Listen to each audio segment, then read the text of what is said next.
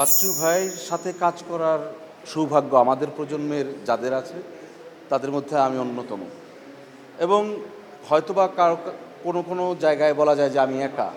কারণ বাচ্চু ভাইয়ের সাথে আমি ওনার সুরে সঙ্গীতে গান গেয়েছি, এবং সেটা কোনো এমনিতে একটা অডিও গান যে তা না, সেটা মোস্তফা সরোয়ার ফারুকী পরিচালিত টেলিভিশন সিনেমায় বাচ্চু ভাইয়ের সুরে এবং সঙ্গীতে আমি গান গেয়েছি। সেই সৌভাগ্য আমার হয়েছিল।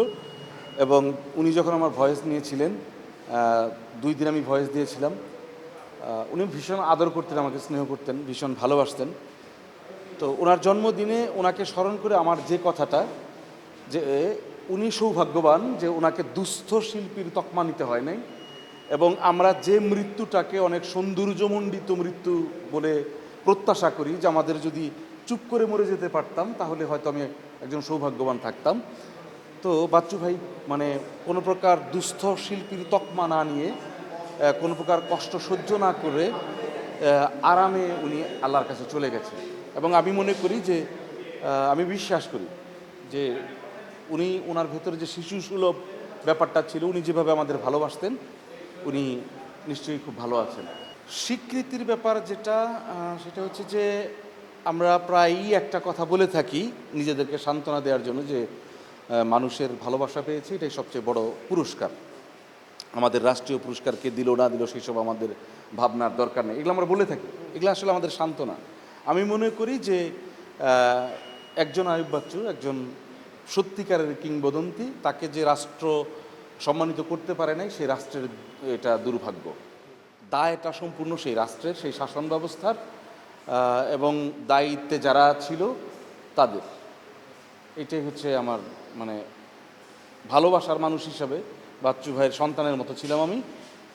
সেই জায়গা থেকে আমার অভিযোগের জায়গা এটা, এই দায় এড়াতে পারবে না। ওই সময় যারা দায়িত্বে ছিলেন, যারা তাকে সম্মানিত করতে পারেন নাই। আমি একসময় টেলিভিশনে অনুষ্ঠান প্রযোজক ছিলাম, তখন আমি কিংবদন্তিদের নিয়ে ধারাবাহিকভাবে অনেক অনুষ্ঠান করেছি।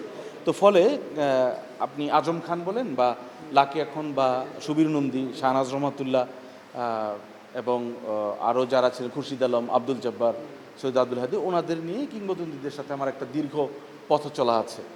তো সেইটা করতে গিয়ে আমি যেটা দেখেছি যে ওনারা না নির্লোভ, ওনারা আসলে এই পুরস্কারের জন্য লালায়িত না, পুরস্কারের জন্য লোভীও না। ওনাদের ভেতরে ওই লোভটা আমি কখনো দেখতে পাই নাই। হ্যাঁ, ওনারা সবসময় নিজেদের সৃষ্টি নিয়েই মেতে থেকেছেন, এবং সেগুলো নিয়েই তাদের পাগলামি ছিল। কেমন?